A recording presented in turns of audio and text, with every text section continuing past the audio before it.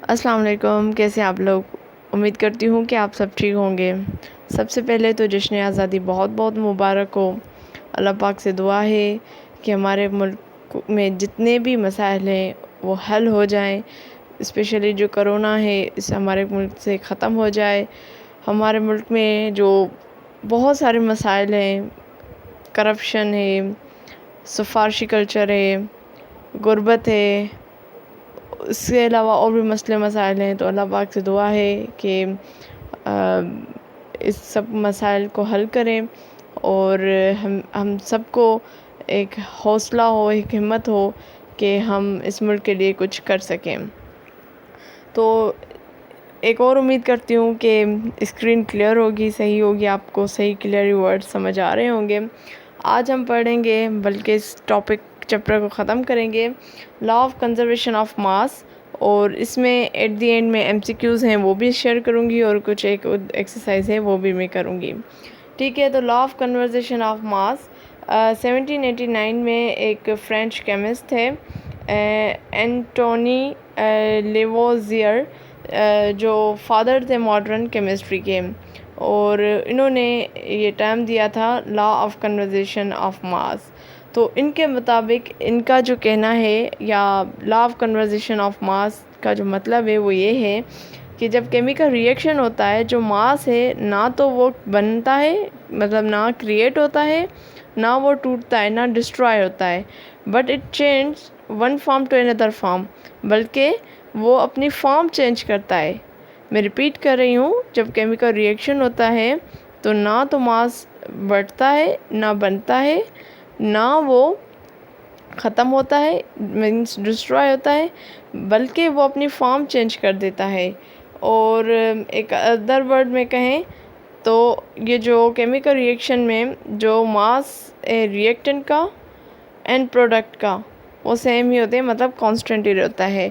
इसी हिसाब से हम जो इक्वेशन बैलेंस है वो हम करेंगे तो आपको एक आइडिया हो जाएगा। ठीक है, आगे आते हैं। इन्होंने एग्जांपल दिया है, ये मैं एग्जांपल यहाँ पे स्किप कर रही हूँ। ये मैं जब केमिकल रिएक्शन इक्वेशन बैलेंस करना सिखाऊंगी, एक वीडियो में बनाऊंगी इंशाल्लाह इस वीडियो के बाद, तो उसमें मैं ये अब पॉइंट जो है वो क्लियर कर दूँगी।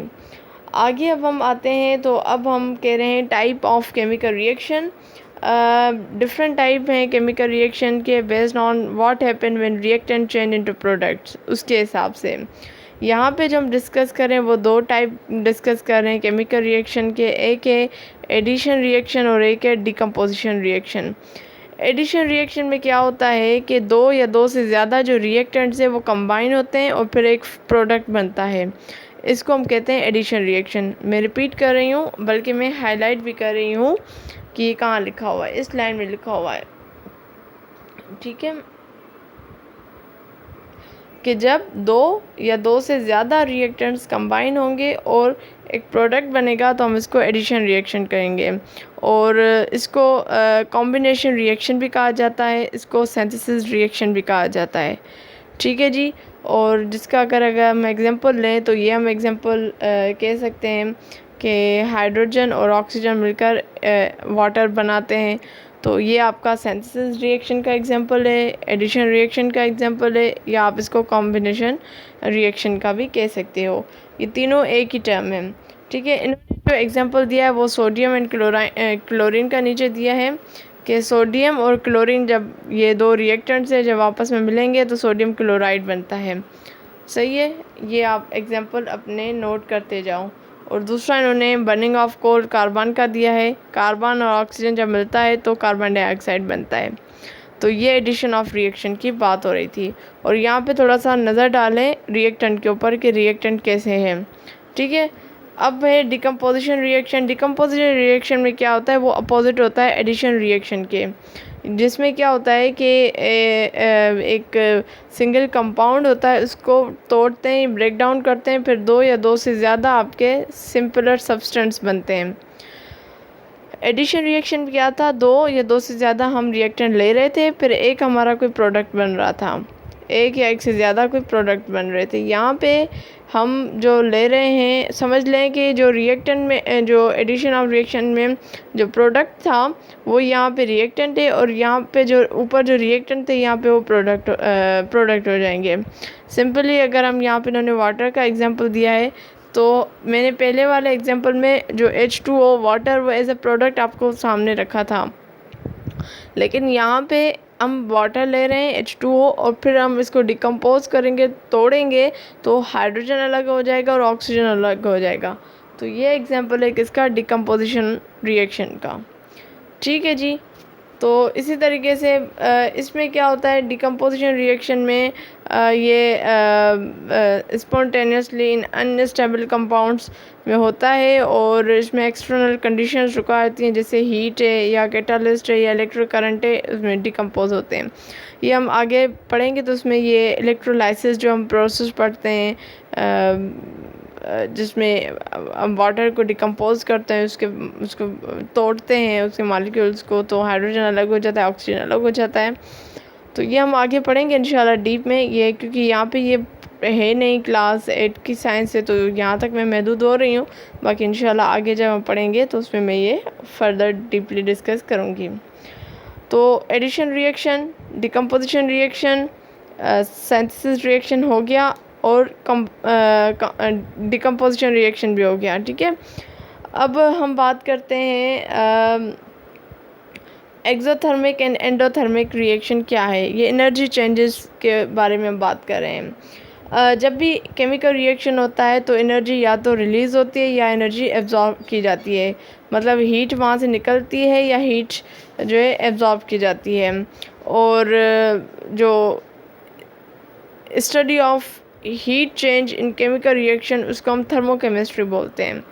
थर्मोकेमिस्ट्री किसको बोलते हैं, the study of heat changes in chemical reaction is called thermochemistry. सही है। और इसके दो टाइप हैं, एक है एंडोथर्मिक रिएक्शन और दूसरा है एक्सोथर्मिक रिएक्शन। एंडोथर्मिक रिएक्शन वो रिएक्शन है जिसमें हीट जो है वो एब्जॉर्ब की जाती है या ऐड की जाती है उस पर्टिकुलर रिएक्शन में। एंडो मतलब अंदर होना। ठीक है, एंडो मीन्स इनसाइड अंदर, और थर्म मीन्स हीट।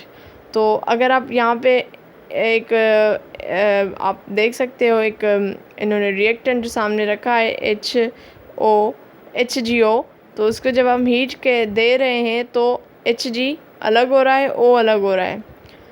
तो हमने यहाँ पे हीट प्रोवाइड की, मतलब हीट अंदर दी, हीट ऐड की, तो ये जाकर आपका जो प्रोसेस हुआ, जो रिएक्शन हुआ, ये आपका एंडोथर्मिक रिएक्शन हुआ। एक्सोथर्मिक रिएक्शन एंडोथर्मिक के उलट होता है। एक्सो मीन आउट, मतलब यहाँ पे इस रिएक्शन में जो हीट है वो बाहर निकलती है। ठीक है, वो आउट होती है, वो बाहर निकलती है। एक और एग्जांपल इन्होंने, एक्सोथर्मिक जो रिएक्शन है वो बहुत कॉमन है। अब हमारे डेली लाइफ में भी हो रहा होता है, जब हम फूड खा रहे होते हैं, हमारी एनर्जी निकलती है, या कोई सेल्स जो हमारे फंक्शंस कर रहे होते हैं, न्यू सेल्स बन रहे होते हैं, बॉडी ग्रो कर रही होती है, एंड ठीक है। और एक्सोथर्मिक रिएक्शन के अलावा जो भी अगर एक्सोथर्मिक रिएक्शन ना हो तो जो भी लिविंग सेल है वो मर सकता है। ठीक है, क्योंकि उसको एनर्जी नहीं मिल रही इसी वजह से। तो इसका मतलब एक्सोथर्मिक रिएक्शन हमारे डेली लाइफ में हो रहा होता है। और आगे इन्होंने कुछ और एग्जांपल दिए हैं, जैसे थर्माइट रिएक्शन है जिसमें आयरन ऑक्साइड कन्वर्ट होता है iron bye reactant with aluminium oxide, और इस रिएक्शन को हम जो रेलवे लाइंस पे जो क्रैक्स वगैरह पड़ते हैं वहाँ पे यूज़ होता है। आगे इन्होंने डिड यू नो में जो बताया हुआ है कि कंबस्शन है या न्यूट्रलाइजेशन आपको पता है, एसिड बेस मिलते हैं तो आपका सॉल्ट और वाटर बनता है, ये भी हम इंशाल्लाह आगे पढ़ेंगे। और उसके अलावा रिस्पायरेशन है, ये एग्जांपल्स हैं आपके एक्सोथर्मिक रिएक्शन के, तो आपके पास MCQs आ सकता है। ठीक है, तो आप अपने जहन में रखें, मतलब आप इसके अलावा जो है अपनी लाइफ में इमेजिन भी नहीं कर सकते हैं। अब हम आते हैं एक्सरसाइज की तरफ। तो सबसे पहले जो मेन एक्सरसाइज है वो ये है कि कुछ पॉइंट नंबर 3 है कि आपने बताना है, इन्होंने कुछ टर्म्स लिखे हुए हैं कि ये फ़िज़िकल चेंज है या केमिकल चेंज है।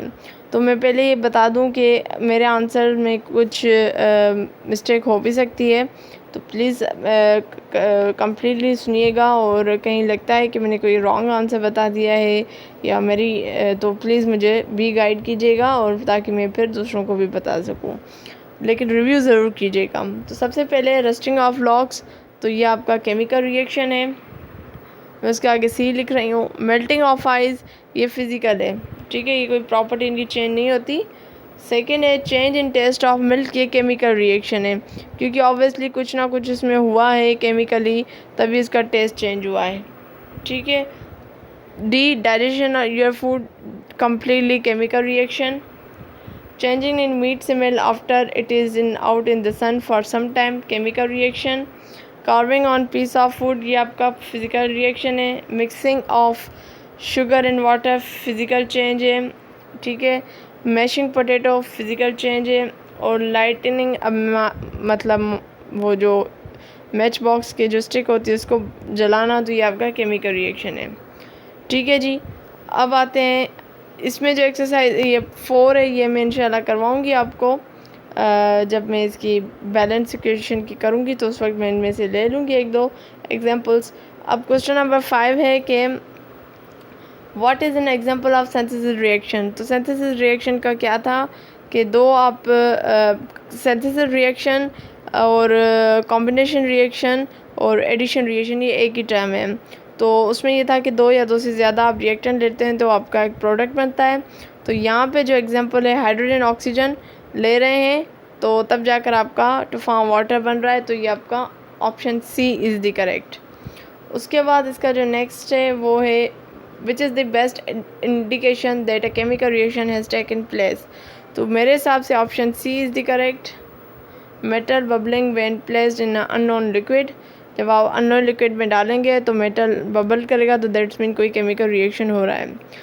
सी देखें, what are the product in the reaction CH4 2O2 CO2 + 2H2O, मतलब इस इक्वेशन में प्रोडक्ट क्या है, इस रिएक्शन में प्रोडक्ट क्या है।